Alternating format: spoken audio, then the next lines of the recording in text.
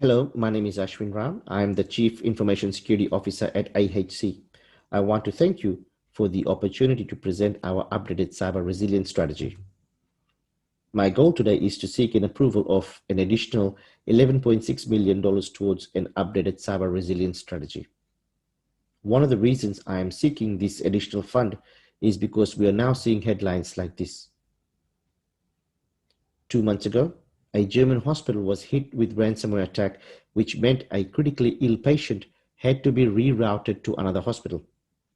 Unfortunately, the delay in receiving treatment resulted in the death of this patient. According to the post-incident report, this specific attack could have been 100% prevented with the right level of security. Our cyber team analyzed this attack and concluded that we too would not have been able to prevent this attack given our current security capability. Our mission statement is strive for patient care excellence through everything we do. And today, I want to request additional funding and an acceptance of our updated cyber resilience strategy by the board, because we must strive for a better outcome if our hospital was in a similar scenario. The updated strategy will also address the various challenges our organization faced due to COVID-19. A number of ad hoc projects were kicked off to enable a large portion of our admin staff to work remotely. We accelerated cloud migration projects to meet the demands of the business. Not all of these works went through proper governance and assurance process, as it was deemed an acceptable risk at the time by some of our business units. An audit of our security capability and a recent cyber risk assessment has highlighted that a cyber attack against our organization would devastatingly cripple our business and our ability to deliver an acceptable level of patient care. COVID-19 has resulted in a huge rise in cyber attacks targeting hospitals, to the point that this year we witnessed a threefold increase in alerts from the Australian Cybersecurity Centre directed at healthcare. And the reality is that our current capability simply cannot mitigate some of these threats. Some of the threats and the level of risk it poses to our business did not exist when our 2019 cybersecurity strategy was designed and approved. We must therefore update and adapt our strategy to address these new risks. The proposed cyber resilience strategy is designed to bring our risk appetite to acceptable levels in line with our industry peers, community expectation, and the Australian privacy law as outlined in the Privacy Act of 1988. The goal is to reduce the likelihood and impact of these very high and high risk scenarios as quickly as possible. And the good news is that an updated cyber resilience strategy will have a number of benefits for our business.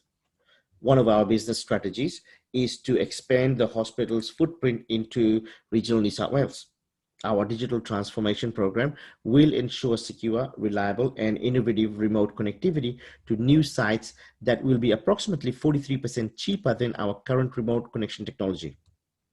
Our cloud-first strategy will enable IHC to benefit from a more agile and scalable IT consumption model based on our requirements. We estimate cost savings of approximately $850,000 per year, all while providing us with ability to scale consumption of resources as per our needs. Digital transformation will ensure we are agile enough to tackle challenges such as a global pandemic or any other disaster requiring quick change to the way we operate. Having 56 different security vendors' products within our environment represents a significant challenge in hiring and maintaining the right level of skilled staff. Consolidating security will allow us to reduce vendors, maintain a higher level of security, and ensure our people are focused and skilling up on relevant technologies.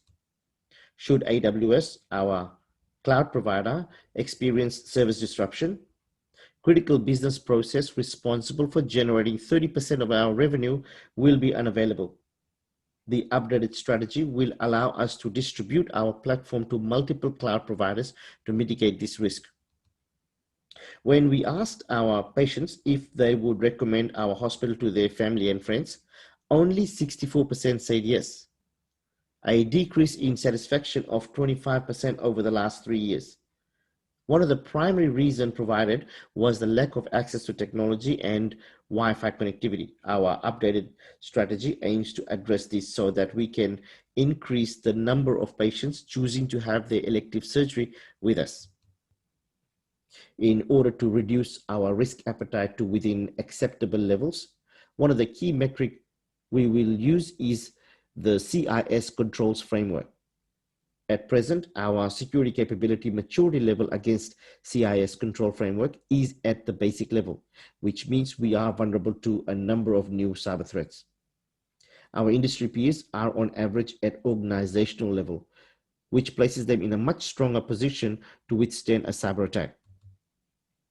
By December 2023, the goal is to meet all of these requirements so that we are in line with our industry peers and in a much more resilient state.